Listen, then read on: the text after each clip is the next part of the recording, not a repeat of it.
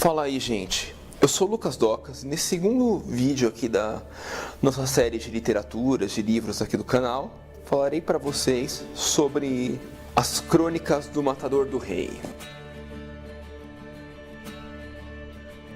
Eu sei que eu passei muito tempo falando apenas do Martin, do Game of Thrones e coisa assim, porque a série vai começar amanhã. Como a série vai começar amanhã, eu parei de falar um pouco de Game of Thrones agora para poder falar de outras coisas, né? Porque, vai ter vídeo ainda, eu vou comentar todos os episódios, assim, no mesmo dia, amanhã mesmo vou comentar, diga-se de passagem.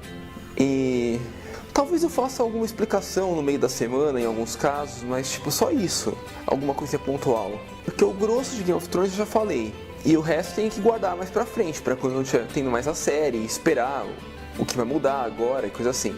Então, eu vou falar sobre esse livro aqui, que chama As Crônicas do Matador do Rei. O primeiro livro é O Nome do Vento e o segundo livro é O Temor do Sábio. Essa série é escrita pelo autor Patrick Rothfuss e ela é uma série neo-medieval também, assim como Game of Thrones, só que ela tá mais neo-medieval, mais fantasiosa que Game of Thrones.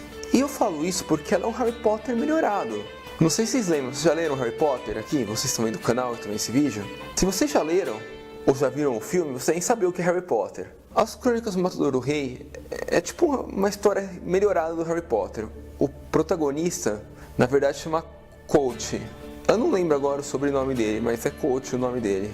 E ele recebe vários apelidos, como Coach Sem Sangue, como Coach o Matador do Rei, Coach o Músico, o Andarilho, Coach o Arcano. Ele recebe vários apelidos ao longo da história.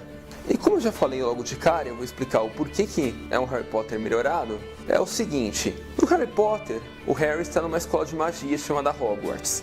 Ali, o Coach entra numa escola de magia chamada Universidade. E lá ele aprende o arcanismo, como eles chamam. E tem dois tipos de magia. Uma magia que é uma magia científica, racional, assim, em que você tem uma base matemática de cálculo para utilizar ela. E existe uma magia irracional, que é por exemplo quando ele chama o vento, chama o fogo, coisa assim. Tem esses dois tipos de magia ao longo da história, elas vão contrastando entre elas. No começo ele utiliza mais de magias racionais, depois ele vai aprender as magias mais irracionais, assim, aquelas mais místicas. E as magias aparentam ser uma matéria tipo física, química, matemática e evoluídos, cálculo, geometria. Aparentam ser uma mera evolução disso daí no livro, a magia. É lógico, o Coach não fica falando apenas de magia e criaturas místicas o tempo todo. Tem horas que ele aprende artes marciais também, que ele luta, que ele é um artista, músico, coisa do tipo. Tem horas que ele é um ladrão também. O personagem Coach, que é o principal da história, é acho que de longe um dos mais complexos que existem os protagonistas de alguma história de fantasia neomedieval. Acho que ele é de longe um dos mais complexos que tem. Por outro lado, não há tantos personagens complexos ao longo da história dele, só ele. E é ele que tá contando a história, você deveria ter falado isso. A história se passa um flashback da vida de Coach, de quando ele era jovem. Porque, no final, ele tá na pousada dele, vivendo e contando as histórias da vida que ele viveu. E se escondendo também, porque ele aprontou muito no passado e, ele tá sendo perseguido por muita gente.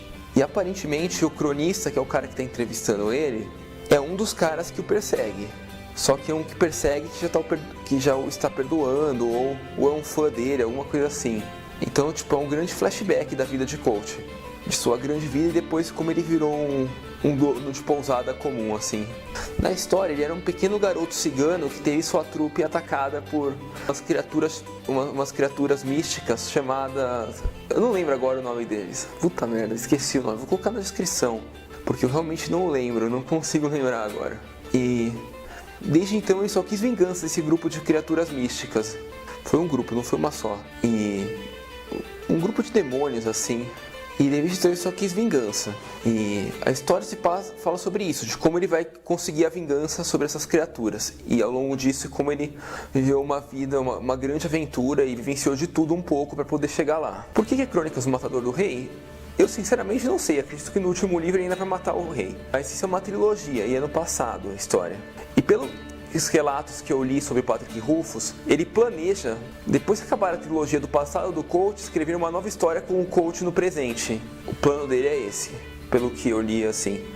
Pelo que eu li também, essa série já foi contratada para fazer um filme e posteriormente já está para virar uma série ao estilo do Game of Thrones, assim, de filme de TV, assim. Vai ficar algo tipo Game of Thrones, 3 séries de 10 episódios, algo do tipo. E eu acho que se lançar vai ser muito melhor que Game of Thrones, diga-se de passagem. Não, eu não sou tão fã do Martin quanto alguns aqui podem acreditar. Eu gosto da história dele, acho legal, só que acho que existem coisas melhores que a história dele. Eu acho que ela é muito boa, principalmente porque tem muita gente que curte, e aí você tem assunto pra discutir com as pessoas, mas tipo, pra quem vai mais a fundo, tem histórias mais legais que a dele, com certeza. E, como eu falei, eu fiz um ranking de autores pela nota dos livros, que eu avaliei alguns critérios, tipo personagem principal, ambientação, coerência da história, forma como ela é desenvolvida, forma como ela vai evoluindo. E dentro dessa avaliação, a nota que eu dei ao Patrick Rothfuss foi de 34, algo do tipo assim. Acho que menos até, mas foi acima de 30 a nota que eu dei pra ele, pros livros dele. O Martin tá 27, essa nota vai de 0 a 40. O melhor livro que eu avaliei acho que deu 36 ou 37. Isso porque eu leio bastante, eu nem lembro todos os livros assim de cabeça, eu tenho que olhar na planilha pra poder conferir. Mas, tipo, então vocês podem ver, é uma história melhor que a do Martin. Só que ela tem problemas também, porque, por exemplo, fica tudo muito centrado no coach e a gente perde muito do que acontece ao redor da história. Você às vezes não consegue compreender algumas questões pontuais, assim, que, tipo, que vão ficar só de passagem na história. E esse, ao meu ver, é um dos maiores defeitos dessa história aqui. Outro grande defeito é que dá a impressão de que o coach é muito importante, muito fodelão e coisa assim. Na verdade, tipo, a gente deve dar um desconto a isso, porque é ele que tá contando a história dele, né? Então, tipo, ele pode ser muito bom, só que com certeza pela forma como ele fala, ele fará parecer que ele é muito melhor do que ele realmente é. É ele que tá contando. Mas isso não sei se é um defeito ou não, porque, tipo, isso é parte do egocentrismo de cada um, né?